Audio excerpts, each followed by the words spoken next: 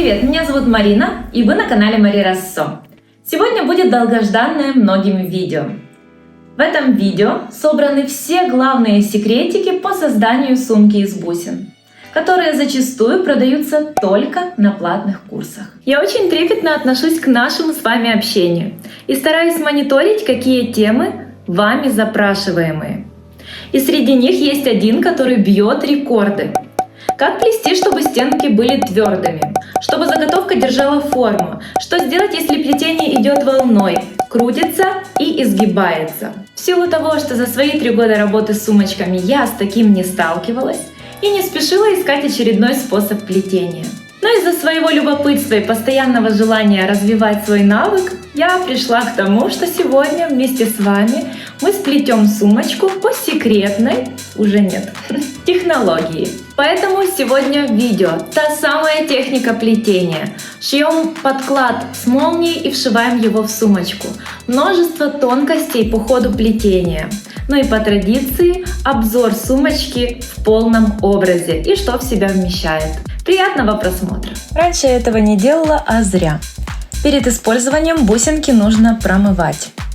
Высыпаю их в подходящую емкость.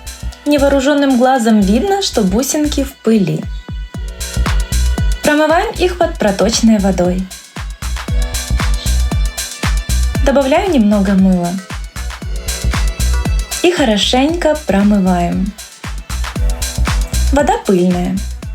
Нашла цветочек и технические отходы.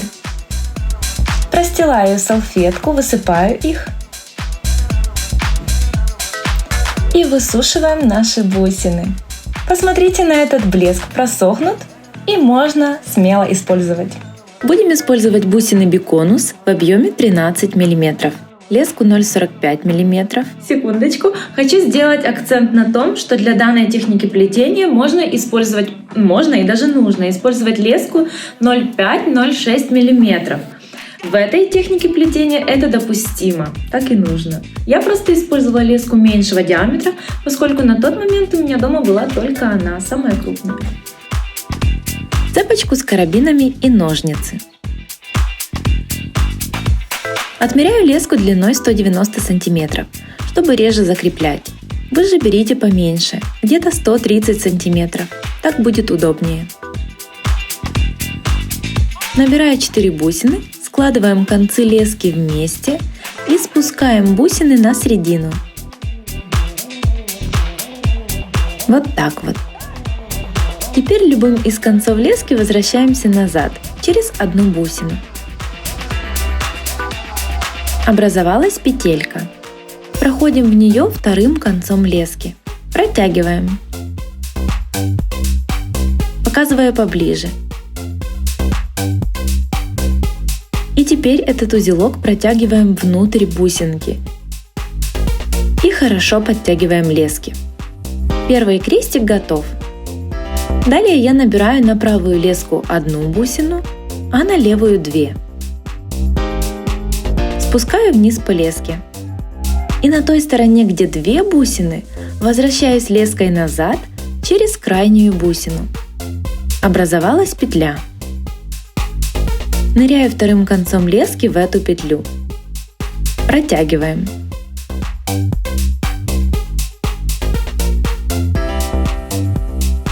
Прячем образовавшийся узелок внутрь бусинки.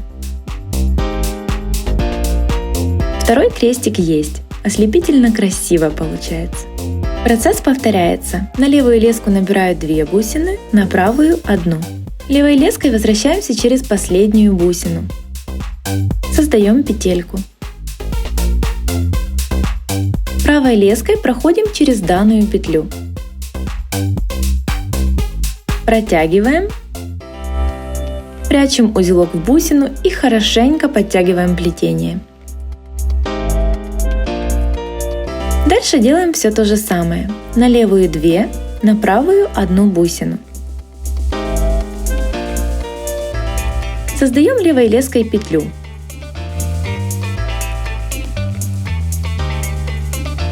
Правой проходим сквозь эту петлю.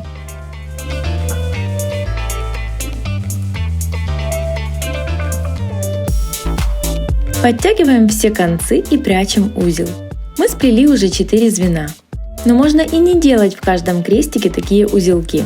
К примеру, вот я плету стандартной техникой на 2 лесках. На правую набираю 2, на левую 1 бусину и проходим крест-накрест, как при классическом создании крестика. Такой крестик, конечно, теперь в сравнении будет казаться дряблым, но суть такой комбинации техник заключается в том, что следующий крестик с узелком зафиксирует и себя, и предыдущий. Создаем петлю, прячем ее и крепко подтягиваем звенья. У нас уже есть 6 крестиков, и пора бы определиться с размерами моей косметички-сумочки. Ориентироваться буду на телефон. Поскольку у меня обе модели Pro Max, плюс чехлы объемные бывают, лучше делать сразу с небольшим запасом. Так, ну еще столько же нужно сплести. Плетем все идентично предыдущим крестикам. Доплела еще 6, теперь их 12. Эх, сделаем еще один, не хочу прогадать. И по высоте также сразу можно прикинуть. 10 крестиков будет в самый раз. А сейчас делаем последний крестик первого ряда. И вместе с этим поворот на второй ряд. На левую леску набираем сразу 3 бусины. И возвращаемся леской в последнюю, образовывая петлю. Второй пустой леской проходим в петлю. Хорошенько подтягиваем. Теперь наши лески должны смотреть в этом направлении. Ну а сам первый ряд отвечает за ширину, как вы уже поняли. Начинаем второй ряд. На верхнюю леску набираем сразу 3 бусины, поскольку это первый крестик ряда. Создаем петлю и проходим в нее вторым концом лески.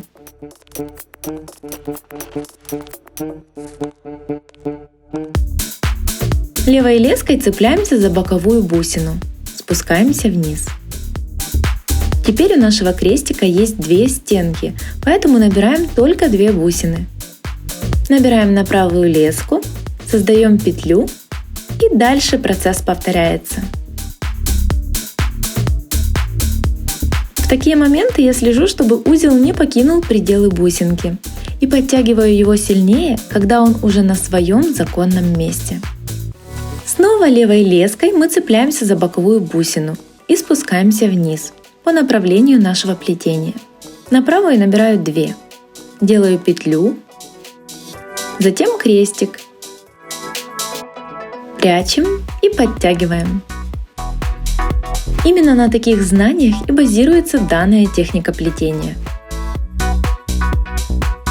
Настроила штатив еще ближе, чтобы было видно и понятно все мои шаги поэтапно.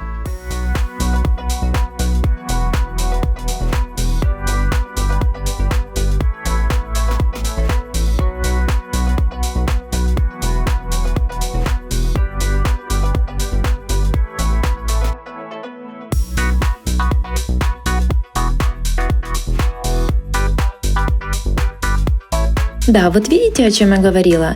Леску смело можно использовать потолще, но мне удобнее всего плести на коленках, поэтому продолжим так. Здесь я показываю, что можно комбинировать техники на любом из этапов плетения. Делаю классический крестик, 1, 2, а на 3 с петелькой зафиксируем их. Знаю, что зачастую так и плетут. С узелком делают каждый 3 крестик, каждый 5 крестик. Мы почти доплели второй ряд, переворачиваем заготовку. И в этом крестике нам недостает 2 бусин. Набираем их на верхнюю и на этой же леске формируем петлю.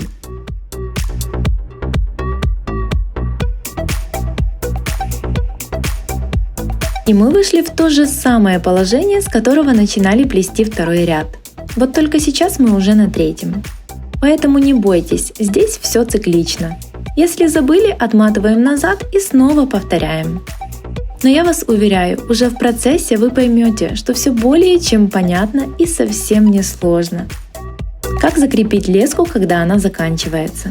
По ходу нашего плетения, без видимых перетяжек лесок я имею в виду, поднимаемся обеими концами лесок где-то на нейтральную территорию.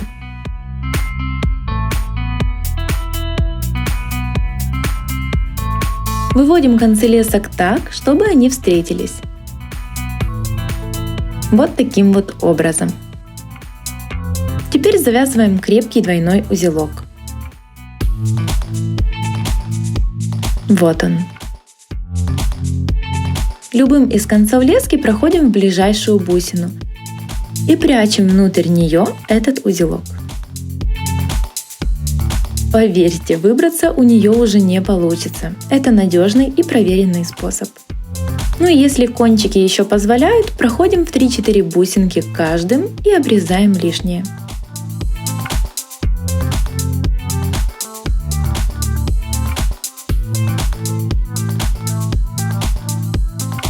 Как аккуратно получилось, ни следа не осталось. Новым длинным отрезком лески проходим через бусины, на которых остановилось плетение. Все как на видео. Складываем концы вместе, подравниваем, чтобы были одинаковой длины. Таким образом продолжаем плести нашу заготовку. Здесь уже на целый ряд больше. Сверкают, конечно, не хуже стеклянных драгоценных. И мне так нравятся бусины, из них как будто бы цветочки формируются, а не крестики. И вот только на этом этапе я выработала для себя более быстрый способ делать петельки. И это так просто! Мы набираем бусины и сразу заходим в крайнюю. А протягивая, придерживаем петлю, чтобы бусины не соскочили. Все? Казалось бы, но это все экономия нашего времени. Вот видите, придерживаю петлю и с легкостью спускаю. Показываю поближе. А в начале нового ряда я переворачиваю заготовку и всегда ряд плету одинаково, сверху вниз.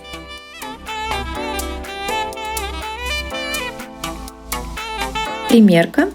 Ну вот, меня устраивает размер заготовки. Я даже так разогналась, что сделала лишний крестик. Распускаю. Основная заготовка для сумки готова, вот только таких нам нужно 2. Вторую сплела на одном дыхании. Параметры заготовки у меня такие. Ширина 13 крестиков, это 20 сантиметров. Высота 9 крестиков, это в сантиметрах 14,5. Отмеряю леску 130 сантиметров. В ход уже пошли детские игрушки. Ставлю заготовки вертикально, пытаюсь поймать лучший ракурс для вас. Вроде получилось. Прохожу леской через крайнюю выпирающую бусину по направлению торца, как на видео. На второй конец набираю одну бусину и заходим в точно такую же бусинку напротив, в бусину на второй заготовке. На любой из концов набираем одну и в нее же возвращаемся. Образовалась петля. Формируем крестик.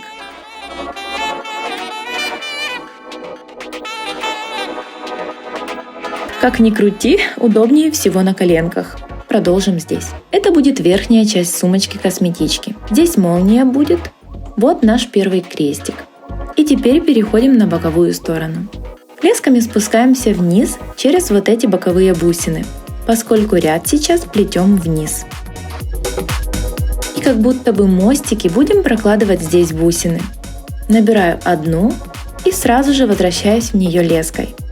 Придерживаю за петельку и спускаю по леске. Вторым концом пронизываем петельку и создаем крестик. Узелок при этом прячем в этой же бусине. Снова спускаемся лесками через 2 боковые бусины.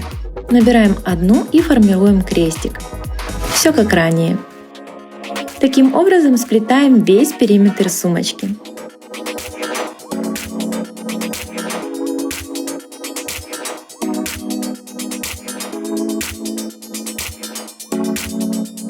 Для себя я поняла, что этой глубины мне маловато. Много уже было подобных изделий. В этот раз хочу сделать по-другому. Но с монтажа я ничего не убирала.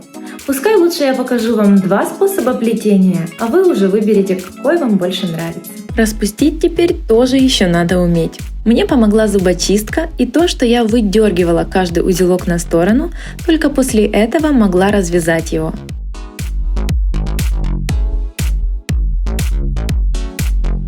Ну а моя новая концепция теперь набирать по 2 бусины мостика и плести классическим образом, проходя их крест-накрест.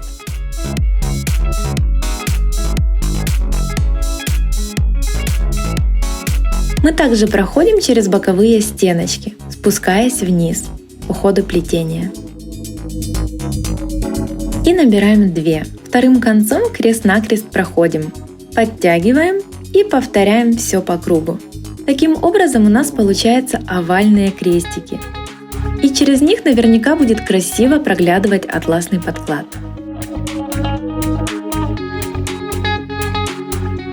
Мы постоянно спускаем лески через боковые бусины. Набираем 2 бусины и заходим лесками крест-накрест.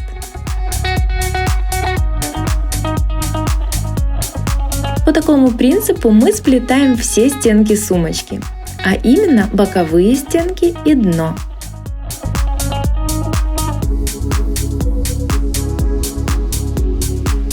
Мне очень импонирует то, что по сути ничего не меняя в технике плетения, вид сумочки заиграл гораздо интереснее. И доплетаем крайний крестик.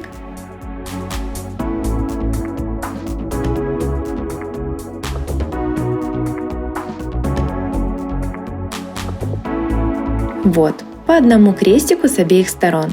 В конце плетения выводим лески где-то вот сюда и закрепляем, как делали это ранее. Обрезаем лишнее.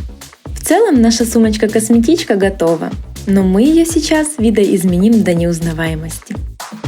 За все времена существования моего канала время от времени возникал один и тот же вопрос.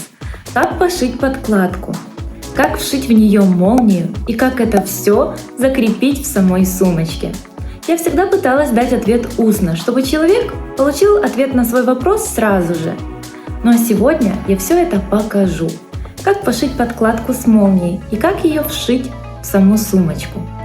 Шить буду вручную, чтобы большинству было понятно. В швейном магазине мне удалось найти 20-сантиметровую молнию в цвет сумочки. Размер отлично подошел. А еще ткань. Это искусственный шелк. Мне больше других понравился именно этот оттенок. Но я не сразу начала со швейного магазина и прежде заглянула в стоковый магазин. Нашла там интересные наволочки, которые в будущем где-то обязательно задействую. Вот такая двусторонняя на молнии, натуральная ткань плюс морковный велюр. А это из благородного красного атласа, также на молнии. Даже разделив ее наполовину, получилось бы 2 подклада в сумочку. И третья в очень трендовом цвете можно разделить и также выйдет 2. Эти 3 наволочки обошлись мне всего лишь 15 гривен. Это 41 цент. В другом магазине приобрела набор ниток, только ради этой зеленой. Цена 20 гривен. Это 54 цента. Ну и к главному. Молния и ткань для подкладки. Молния обычная, главное размер и ее цвет. Цена также 20 гривен. Ткань под шелк очень приятная. С изнаночной стороны более матовая. С лицевой имеет блеск, характерный атласу. Метр ткани обошелся мне в 149 гривен. Это $4. Мои рукодельницы, я знаю, что среди вас обязательно найдутся те, кто умеет шить и умеет это делать хорошо. Пожалуйста, отнеситесь снисходительно к моим первым попыткам это сделать. Первые и сразу на камеру, но я подумала, что это будет интересней показать сразу девчонкам, которые так же, как и я, будут делать это в первый раз. Первым делом я раскладываю ткань на стол. Поверх ткани сумочку и ее также накрываю тканью. Такой себе бутербродик получился. Вырезаем с небольшим запасом по сторонам.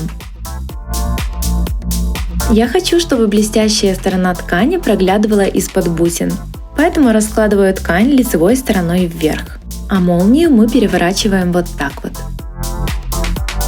На этой части сделаем двойной ровный подгиб ткани и приметаем его к молнии. Делать это буду вручную.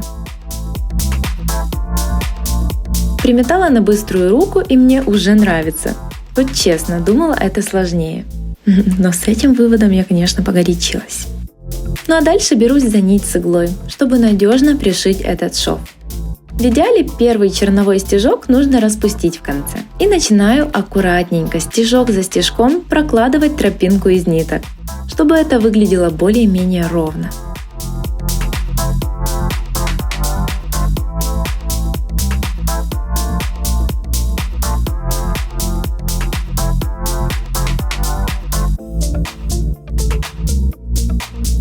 Но вроде получается.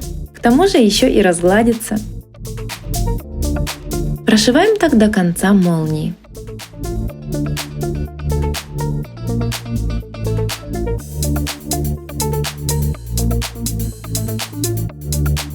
Теперь моя главная задача — повторить идентично и со второй стороны.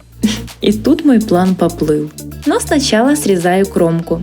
Она создает лишний объем в этой части. Затем я сложила и приметала ткань так же, как и в первом случае. Но вот только получилось совершенно по-другому. Анализируя эту ситуацию, я поняла, что одна складка поехала, соскочила из-за шелковистости ткани, и я пришила только в один подворот. Но мне так понравился именно этот вариант, он минималистичен и приятен для моего глаза. Я разложила, посмотрела вблизи и отдаленно и решила утвердить второй вариант. Пришиваю его надежным швом.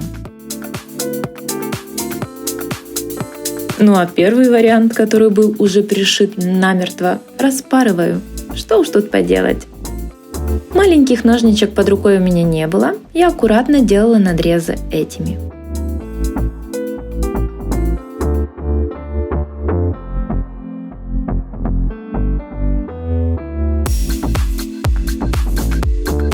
Приятно, что в процессе я нигде не повредила ткань. Ну и приступаем заново. Прикладываем, сверяем, выворачиваю, приметываю, затем сшиваю.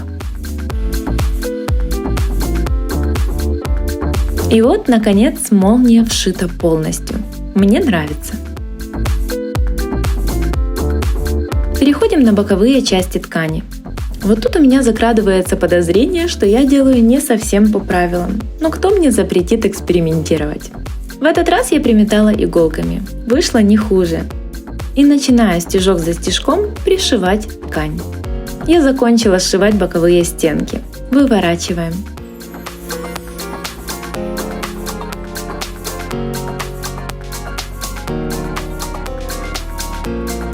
И знаете, как для первого опыта шитья, да еще и вручную, я могу себя похвалить. Вкладываем подкладку-косметичку внутрь сумочки. А мне уже красиво. Теперь же нужно ее закрепить. Прокалываем ткань и выводим иглу наружу.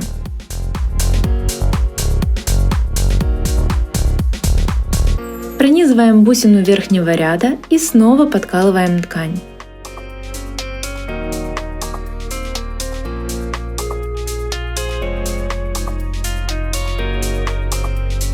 Выходим иглой возле следующей бусины. Пронизываем ее, затем снова цепляемся за ткань.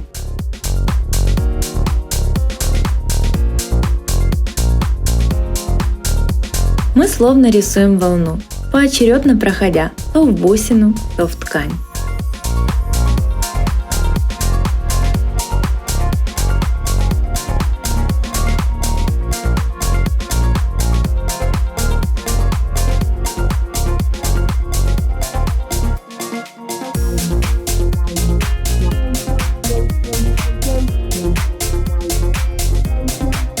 Таким образом мы обходим по всему диаметру сумки, сшивая подкладку и молнию. Ура! Это действительно стоило того. Я кайфую как никогда. Обычные мешочки магазинные не заменят того ощущения, когда ты придумал эскиз в голове, подобрал цвет каждого элемента, пошил, вшил, и это все собственноручно. И молния надежно ходит, с какой бы скоростью я не пыталась ее открывать. Итак, к главному критерию. Телефон отлично помещается, даже болтается. Я думаю, 2 мобильных устройства поместятся, а между ними и блокнот, помада, пудра, карточки.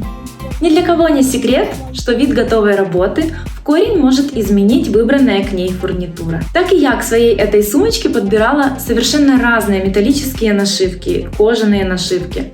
У меня здесь молния идет зеленого цвета, и не было у меня привязки к металлу, к цвету металла. Поэтому сейчас посмотрите, что я выбирала, какие были варианты у меня. Остановилась на более брутальном, но он более уместен к этой моей работе. Хочу посоветовать вам использовать металлы только одного цвета, чтобы не удешевлять свою работу. Сначала я хотела поиграться с ручками, сделать их из другого вида бусин, но не понравился цвет в сочетании. Перехожу к выбору карабинов. Круглые в цвете золота или классические по форме серебристые. Этот выбор будет напрямую зависеть от того, какие последующие элементы я выберу. Ну а пока примеряю оба варианта для наглядности и уже в конце определюсь. Блестяшки в студию! Первый вариант тканевая нашивка пчела. Такие еще часто используют для декора одежды. Стразовая пряжка в черном металле. Это мимо. Дальше металлический стразовый элемент. Крупный, как для этой работы. А это нашивка из металлических колец. Мне нравится. И посмотрим еще фурнитуру в золоте. Просто каждая имела место быть. Но кажется, я уже остановила свой выбор на тех кольцах. Даже примеряла нашивку внутрь сумки. Это и вправду стильно. И металлические бабочки мне также очень импонируют и перекликаются с золотыми карабинами. Но все же эти колечки покорили мое сердечко.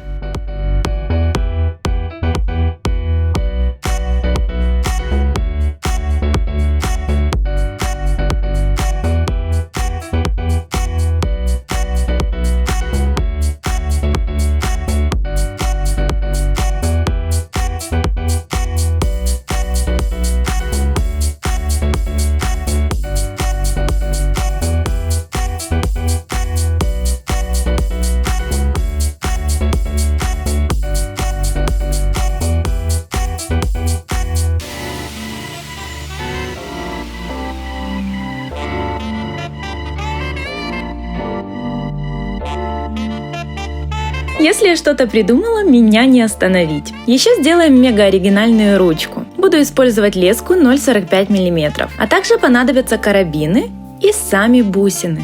Вот эти у меня давно, даже не вспомню, где я их взяла. Хочу сформировать несколько таких колечек и объединить их между собой. Нанизываю бусинку, карабин, бусинку. Одно колечко будет равняться 10 бусинкам. Завязываю двойной крепкий узелок. Обрезаем лишнее. Таких колечек делаю 4, 2 из них и с карабинами. И между ними набираю соединительные колечки по такому же принципу. Эти колечки из 8 бусин. Получилась сногсшибательная ручка, а ее узор как будто бы имитирует цепь. Я в восторге.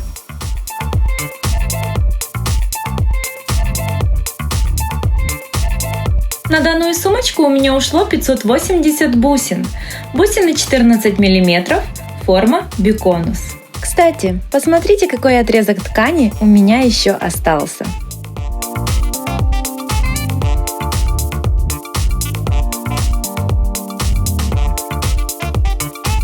Не сдерживайте себя, напишите мне комментарии за все мои старания. Ну а я с удовольствием вам отвечу. Я всегда это делаю. Скоро мы встретимся с вами еще, как обычно, на канале Мари Рассо.